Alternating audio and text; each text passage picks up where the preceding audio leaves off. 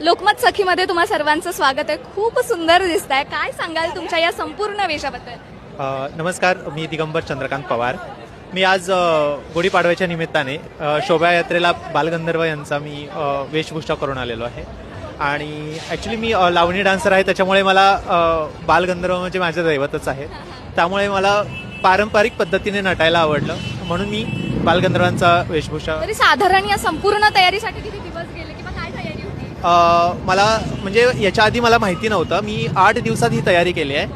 हां, आणि साधारणतः तयार होण्यासाठी मला 3 तास लागले. पण खूप सुंदर दिसते. Thank you so much. मी हा एक्सप्रेशन असा केला की नाही, काहीतरी सगळेजण नटणार, सगळेजण करणार, पण हा जो लुक आहे, जो की आज तुम्ही आम्ही या हुद्द्यावर आहोत, त्यांचा लुक कोणी सहसा करणार नाही, का तर एकदम सिम्पल लुक असतो तो.